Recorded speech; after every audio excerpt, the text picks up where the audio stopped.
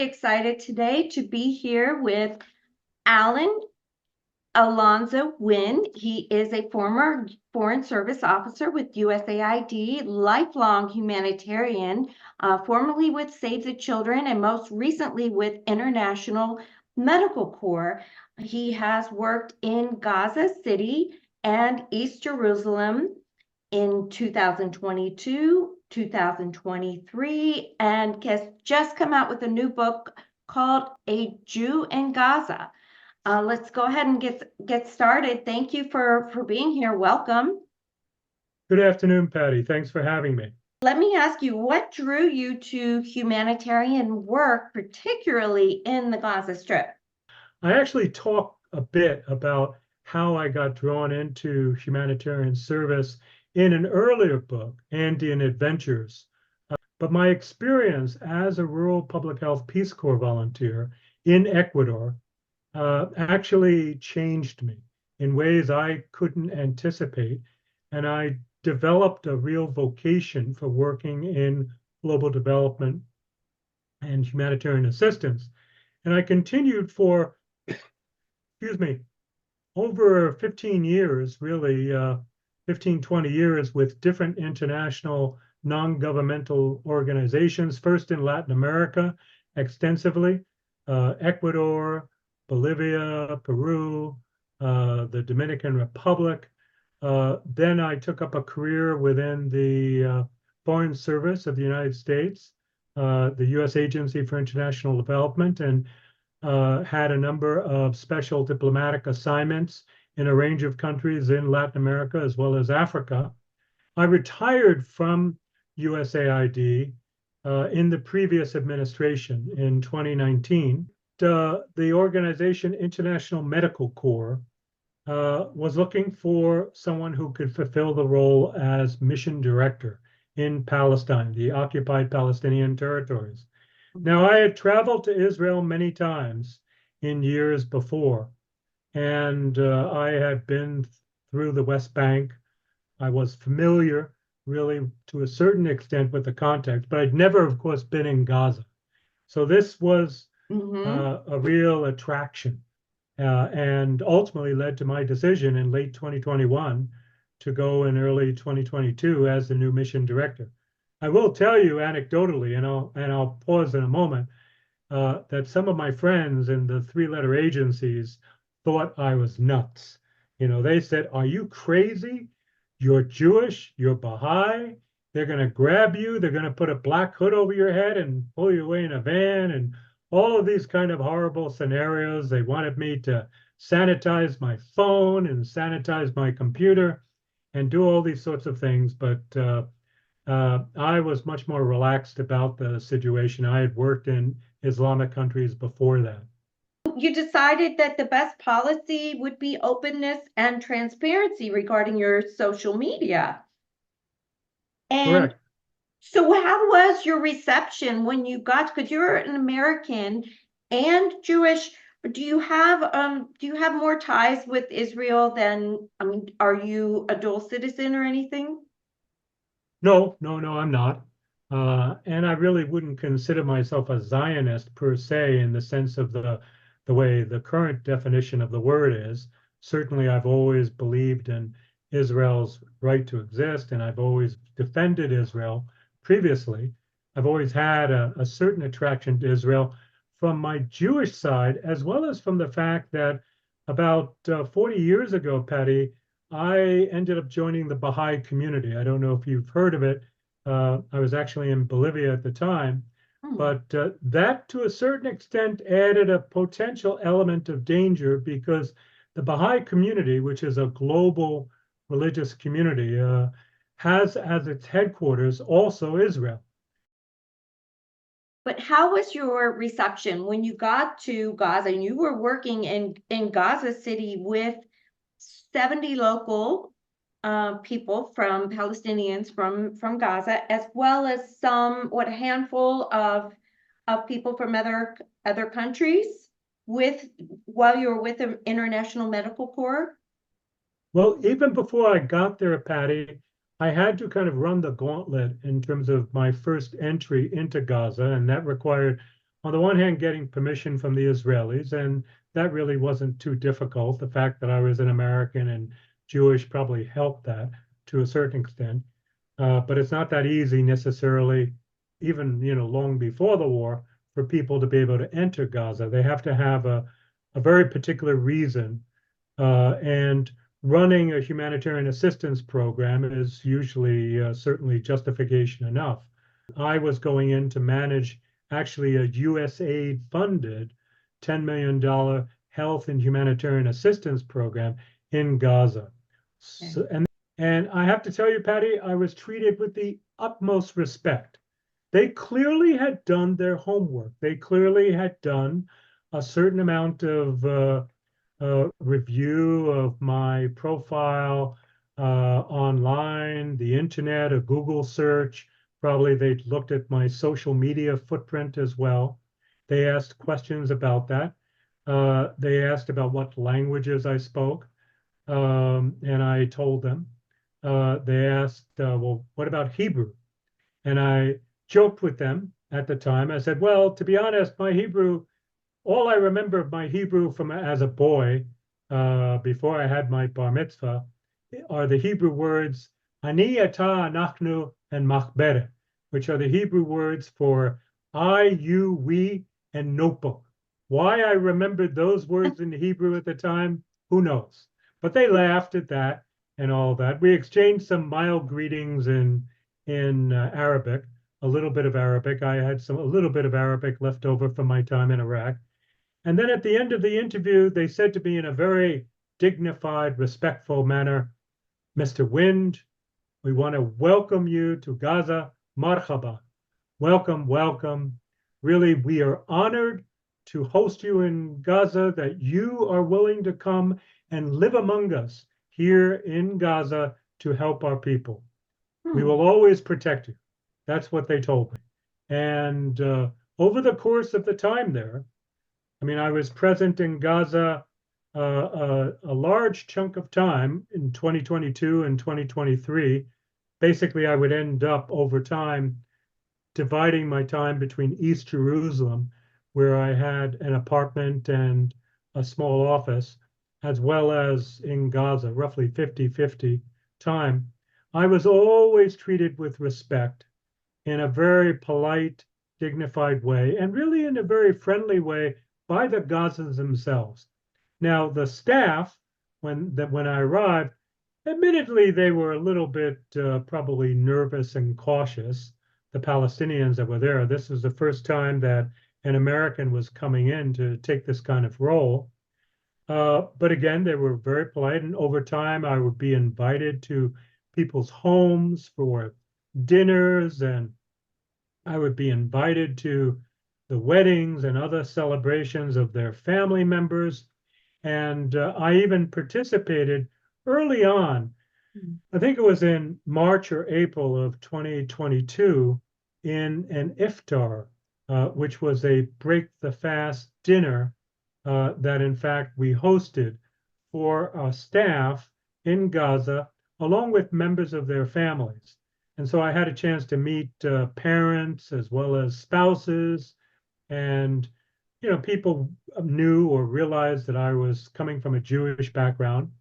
And I heard over and over again, we have no hate or wish ill will on the Jews or even Israelis. It's only the government of the state of Israel that we condemn because of their actions against us, and the essence of the conflict, and really the history of what were the effects of the blockade and the siege of Gaza.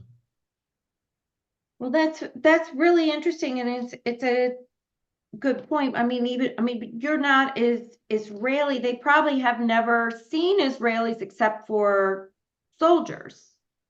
Correct. But you're, as an American Jew, did you find that they associate America very much with Israel, with the policies of Israel? Sure. I would say that, even at the time, certainly people who were well informed and well educated knew that America was an important supporter of Israel. but it was still seen as being a certain degree of separation behind. The, the sense of animosity, if you could call it that, was really about when there would be these, what was perceived as indiscriminate bombings and airstrikes, drone strikes, and attacks on Gaza. Now, admittedly, this was often in a tit for tat retaliatory exchange because this was the pattern of what was going on with Gaza for years before 10/7, before October 7th of last year. The de facto authority would fire off a bunch of rockets. These were often very small, poorly powered, really poorly engineered, relatively primitive rockets. On occasion, some Israelis, a few Israelis might get hurt, maybe rarely one might get killed by an accidental proximity to an actual rocket strike. But generally speaking, these rockets would land in open fields, or they might be intercepted by the Israeli Iron Dome defenses. The general practice I came to see, because I was present in Gaza during a number of these retaliatory strikes by the Israelis, if the Gazans would fire off 100 rockets, the Israeli Defense Force might fire off 1,000 in retaliation. There was basically a code, you could say, of the IDF where, forgive me for putting it in terms so crude, but basically they would take an action there where if you killed one Jew, they would kill 10 or 20 Palestinians. If you hurt 100 Jews, they would look to harm so many more Palestinians. And there were a number of major military escalations over time. Before I arrived, there was a major military escalation in 2008, 2014, 2021, where thousands of Gazans were hurt and killed. I was there for escalations in 2022, and I saw the effect of buildings being pancaked and damaged, civilians getting killed, and it was something that just never stopped. It was always almost seemed like there was a hair trigger between what the DFA, in its anger and extremism in terms of its reaction to the blockade, to the siege, would do, and the retaliation of the Israelis to the Gazans. Well, since you brought up the blockade and siege, I would like to know more about that. I'm really interested in life in Gaza before October 7th. Now, I realize that for the Palestinians, they don't just see themselves as being in Gaza. They recognize what goes on in the West Bank when they're under its settler terrorism, how severe that is when they're not brought to justice. The State Department says itself that most of the crimes against the Palestinians in the West Bank were not brought to justice. But I really don't know. I've been to the West Bank, but I have not been to Gaza. And I'm curious, what was it like before this current war started? What were the civilians like? So a couple of things to point out. And you mentioned the West Bank. And I will say, I've had Palestinian friends over the years, not only in the West Bank, but also in Jordan and elsewhere. One friend a Palestinian friend who works as a staff member of the USAID mission in Jordan, who actually used to work with me years ago in South Africa. It has to be said that Palestinians, looking back to the past, looking back to the 1990s and the early 2000s, as in the period after the Second Intifada, but there was a peace process underway or attempts at making peace in the Clinton administration and then during the George W. Bush administration. There's always been a nostalgia of Palestinians about Gaza because in years past, they would sometimes drive down to Gaza to the Mediterranean to eat seafood and fish. Gaza was famous for its fish and seafood in that sense. And of course, all of that came to a fairly abrupt end with a couple of momentous events. On the one hand, as part of the disengagement of the Israelis, a political decision was made by then Prime Minister Ariel Sharon in 2005, I think it was, to stop the threat, what was perceived as the threat of Gaza to the state of Israel by pulling out the settlements that existed, the Jewish Israeli settlements that were in Gaza at that time, and to withdraw completely from Gaza. And, at that point, there had been a relatively smaller amount of Israeli settlers in Gaza. I think it was certainly less than 50,000 in different locations. The Israelis dismantled everything from the settlements. They withdrew. And then over the course of about 18 months, 2 years, the Bush administration at that time began to insist on elections among the Palestinians for both the West Bank as well as Gaza. And as it would turn out, in Gaza, the winners of that election were Hamas.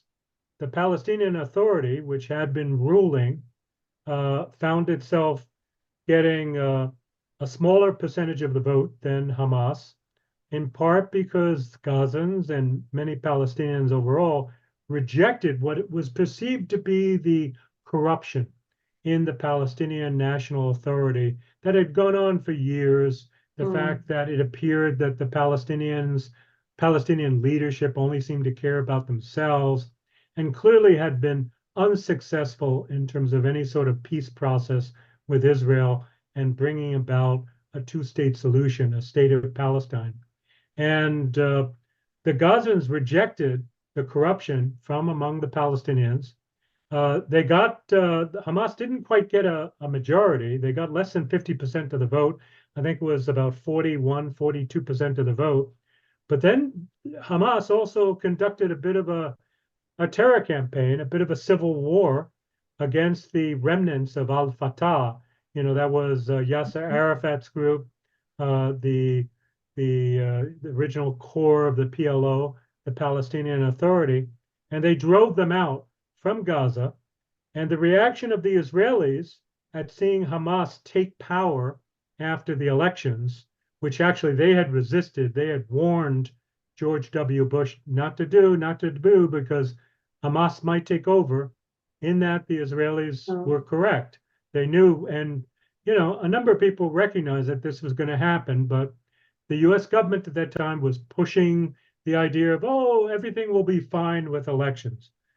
Well, as it would turn out, Hamas would take over with a fairly extremist ideology and with a complete rejection of what had been the initiatives of the PLO and the Palestinian Authority about any sort of peace process with Israel. Hamas's agenda was the destruction of the state of Israel, and their own charter talked about driving the Israelis to the sea.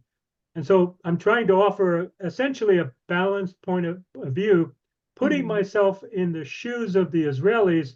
They looked at that and they said, okay, this is dangerous for us.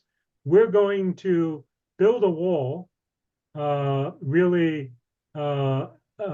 Gaza, and we'll start to build one as well, an even more formidable one around the West Bank. But we're also going to impose a complete blockade on Gaza, we're not going to allow any Gazans except a rare few to be able to enter or leave that territory of the Gaza Strip. We're going to do a naval blockade. That's to say, we're not going to allow any fishermen from Gaza to go beyond a certain distance, about 6 to 10 miles out into the Mediterranean for fishing. And we're going to impose an air blockade as well. As part of the peace process with Yasser Arafat, there actually had been the construction of an airport on the southern edge of Gaza, actually not far from Rafah, the border with Israel and Egypt, the Gaza International Airport. And the Israelis launched a series of strikes and totally destroyed that airport. And so Gaza was contained. And this went on for 15, 16, now it's 17 years. I remember I was in Gaza in June of 2022 when Oxfam, in fact, hosted with UN authorities a commemoration of the 15th anniversary of the blockade at that point. And they talked about what this meant in terms of the isolation of the Gazans. It obviously meant a severe drop in terms of available income, because up until that point, Patty, many Gazans, in fact, who had been cleared by Israeli security, would routinely leave the Gaza Strip to go work as day laborers or agriculture laborers or work in industry in Israel. And then they would bring their money back either after a few days or after a week into Gaza. So Israel cut that off with very sharp limitations. The unemployment rate soared in Gaza, available foodstuffs dropped, and the population suffered, completely isolated. The ability of Gazans to get sophisticated medical care also sharply diminished with the blockade. I mean, there were some hospitals, crude hospitals and health centers in Gaza, but not only did the Israelis put that blockade in effect, but the Israelis intimidated the Egyptians on the southern border to also close their side and only allow a very rare few Gazans to be able to get in and out. I've heard it's a very educated population. Education is really important to the Palestinians, but it sounds like that blockade, that siege, had a severe impact on the economy. Did that? But I've also seen videos that of very modern buildings, so it's a bit confusing. Did you find that the people considered themselves to be third generation refugees, or did they have hopes for a better way, a better life?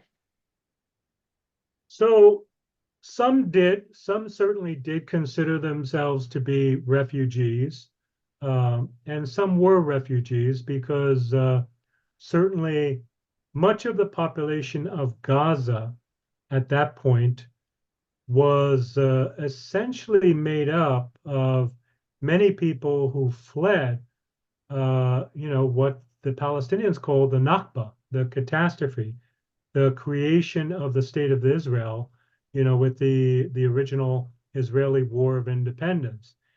There's a whole mythology built up about that. And, there's a very good writer and scholar, Peter Beinart, who has delved into that a bit. I try to talk about that a bit in my book as well. There's a mythology built up because if you talk to Israelis about it, as I have in the past, and others around the world, there is a narrative where basically the victim is blamed. That to say, the argument from the Israelis is that the Palestinian refugees that could be found in Gaza, in the West Bank, in Lebanon, as well as other countries of the world, they only had themselves to blame for fleeing Israel when the State of Israel was created. The reality is that there's a lot of evidence that has been unearthed by independent scholars that really counters that argument. The argument has been made that a relatively small percentage of Palestinians were really affected by the Palestinian leadership at the time, the Arab leadership at the time. We're talking about the late 1940s, who urged them to flee, and more actually were affected by efforts of the Israeli government. And we're talking about, this is the time of Ben Gurion and others who made it very clear that they wanted to actually engage in what now we would call ethnic cleansing, because they viewed that the percentage of Arabs within the boundaries of the State of Israel was too high for them to be able to sustain a narrative of the State of Israel being truly a Jewish state. And so they encouraged, and there were actions by community organizations in Israel, by the Israeli army itself, to push the Palestinians out. And so many of them ended up fleeing into Gaza. Now, they were also led to believe by their leaders at the time in the PLO that this was only going to be temporary, that, we will come back and claim the land of the Jewish state and take over all of Palestine. And of course, that didn't happen, and it wouldn't happen. But many Palestinians, for a time at least, lived with that fantasy. Okay, well, that's a lot to take in. But I have seen the video of former President Truman talking about moving millions of people around. So, but I'd like to stay with the more modern times, and it's some of the my thinking is every action, just like physics, every action has a reaction, as well as some policies set up are problematic. And you get into some of the policies, such as the US policies of considering Hamas, even after the election, considering them a terrorist organization. Now, they have two charters, and that was back at during the original charter of saying they wanted all of the land. And then they've since come out with a new charter saying they'll respect the June 67 borders. But do you think there could have been a better way for the United States, just the United States, to treat them after they won the election? Was there a better way to bridge that? I've carried a diplomatic passport until my retirement for many years on diplomatic assignments in different countries. And my understanding of diplomacy is the point of diplomacy is to talk to our adversaries. It's not really important to talk to our friends.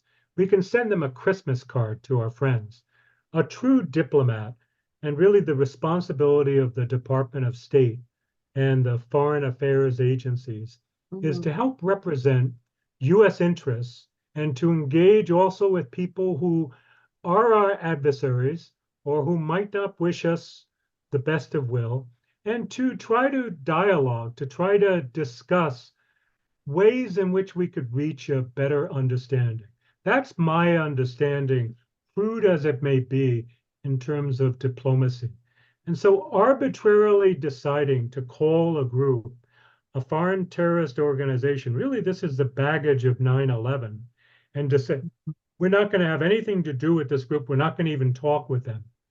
And in fact, USAID, as part of that, would put forward a policy, the no contact policy, where organizations working in Palestine were told that they could have no official contact with any organizational structure of the de facto authority, including, even the Ministry of Health, the Ministry of Education, the Ministry of Agriculture. All of that is hugely counterproductive. On the one hand, it's kind of ridiculous to say that you're supporting health and humanitarian assistance operations if you're not trying to deal with at least low-level authorities. Not necessarily, I'm not talking about necessarily talking to the political leadership of an organization that you may have some problems with, but you have to at least be able to engage with people in technical terms. The other side of that, Patty, is that, all through our history, we've had to deal with some pretty ugly bedfellows. And at times we ended up cooperating with the ugliest of bedfellows.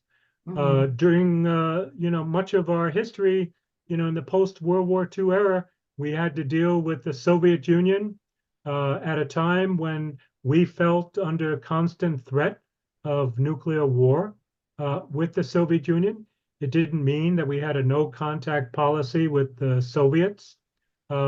We ultimately ended up re-engaging with the Chinese Communist Party at the time of President Nixon, and slowly a rapprochement by the end of the 1970s and afterwards. And we've been dealing with China, for decades since, effectively.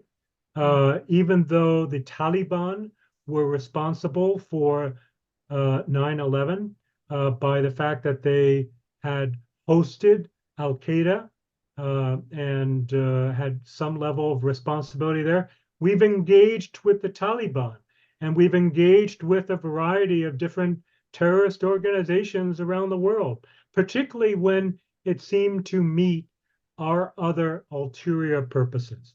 So it's a certain amount of, sophism or hypocrisy to say, we can't talk to you because you're a bad guy. There's a lot of bad guys in the world. And yes, I feel like we could have been far more effective in terms of meeting our national interest, American national interest, in terms of supporting the peace process in the Middle East, in terms of showing, frankly, a certain amount of what I would call tough love with the Israelis decades ago, in terms of pushing forward really an accommodation, what was at one point considered to be, a brave, courageous idea, the two-state solution back in the mid-1990s, in terms of bringing peace together. Instead, we allowed these kinds of ideologies to get in the way.